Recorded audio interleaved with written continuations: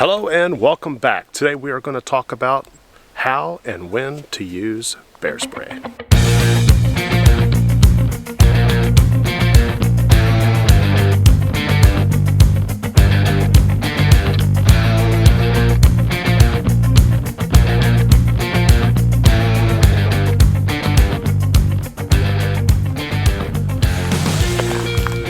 You know, first off, where do you buy bear spray? I get mine from REI. You can get them at some Walmarts. I made one mistake and I forgot mine, and had to buy mine at a national park and in a gift shop. And wow, that's about $20 to $30 more so than what I should have spent. But you definitely don't want to be in a situation where you don't have it when you need it. It's almost kind of like wearing a seatbelt in your car. You're not going to get a crash into every time you drive. But once you do get into an accident in your car, you'd be very thankful that you had your seatbelt on. So the best way to look at it is that way. But anyway, REI, some Walmarts have them. Most outfitter places have them. I made a couple comments in my past videos on carrying 2 of them. Normally I will just carry 1, but if you are hiking in areas like Yellowstone that have grizzly bears in the area, or they may have Kodiaks, and let's say that you have an encounter of a grizzly bear and you have to use your spray, and and it works, and it deters the bear away and you're able to get back on your hike. Well, you may have about 4 or 5 more miles of hiking to get back to your vehicle or get back to your destination, and you're all out of bear spray. Keep one in the bottom of your backpack and keep one on your hip. That way you can have a safe passage back to your vehicle. It's what I would do. It's what a lot of people wouldn't do, but that's what I would do. But I do especially carry bear spray in the wintertime, fall, early spring, because you never know when you may have that rogue bear. You know what? I know I'm going to get a subscriber to ask me how much they cost.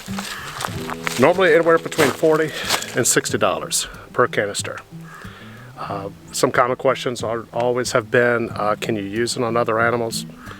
It's not recommended, but you know what? If you have a cougar that is in your path and he is taking an interest in you, I'm going to spray him with bear spray.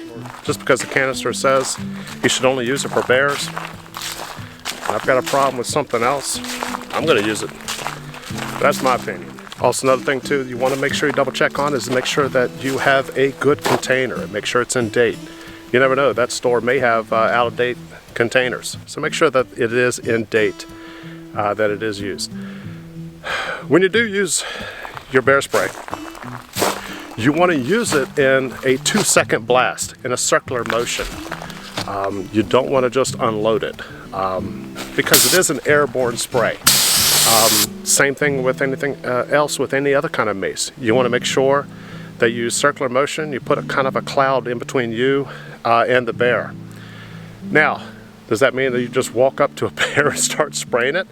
No, that's if the bear is coming towards you, or if that bear is in, that bear is coming at you. You're going to have to use common sense when it comes to this. When you spray this bear spray, and you want to spray it in 2-second blast, because to tell you the truth, you only have about maybe 7 to 8 seconds of a spray in each canister.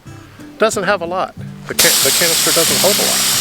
It's not like a fire extinguisher or anything like that. It's made for, basically a 2-second blast is pretty much all that you should need. Since you only have a 7 to 8 second window of an opportunity of the spray, when do you do it?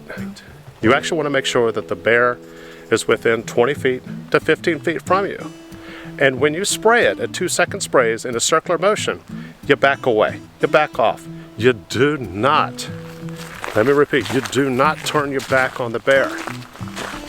You basically want to just step backwards, walk away from the bear as you spray. He or she is basically going to know that you're not worth it. Another thing that you want to be aware of is that the very first time you spray is where the wind is blowing. You want to make sure that the wind is not blowing right back in your face.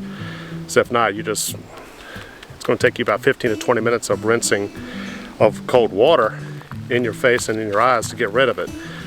Not to mention that you have a bear in front of you as well too. With that being said, you also want to make sure that you're aware of the actions of what bears do. Sometimes bears within 50 feet from you, or whatever the case may be, will do a bluff charge. A bluff charge on a bear would be that he will try to run towards you for about 5 feet and he stops.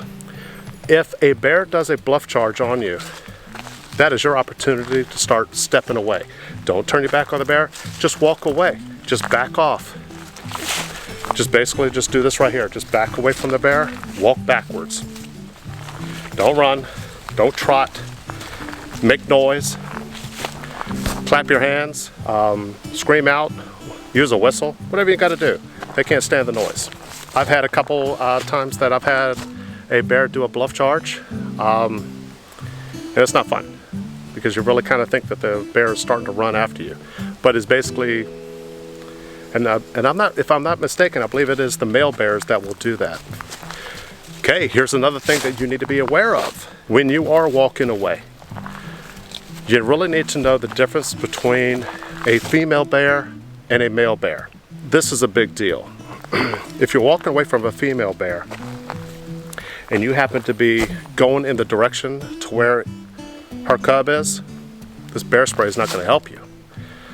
So if you see a female bear, you really need to kind of look up around the trees, look around the areas that you're walking towards. Don't ever walk towards the bear cub. If you do walk towards the bear cub, this spray is not going to help you. Nothing's going to stop it. That mama bear is going to come straight at you with fury.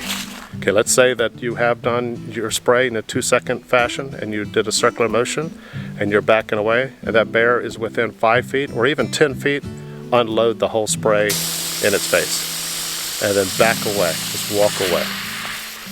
That will deter the bear. But also you need to know the difference between a female black bear and a male black bear. A male bear, especially the black bear, has more of a wider face, has more of a wider head, smaller ears. But a female black bear looks more lean. The ears are bigger. So when you do see a black bear that is a little bit more leaner and the ears, you can definitely see the ears, look around for a cub as you walk away. Be aware of where the cubs are. Do not approach the cubs. And you know what, it will be a very rare experience that you would have to use bear spray. So do me a favor, leave a comment to let me know what kind of bears that you've encountered this past year. And if you've ever had to use bear spray. There's plenty of experts out there that could leave some content that can help other subscribers. And might be able to leave a little bit more detailed information than I did. But I do hope that you enjoyed this video. Hey, if you like this type of content, hit the like and subscribe, and I'll see you next time.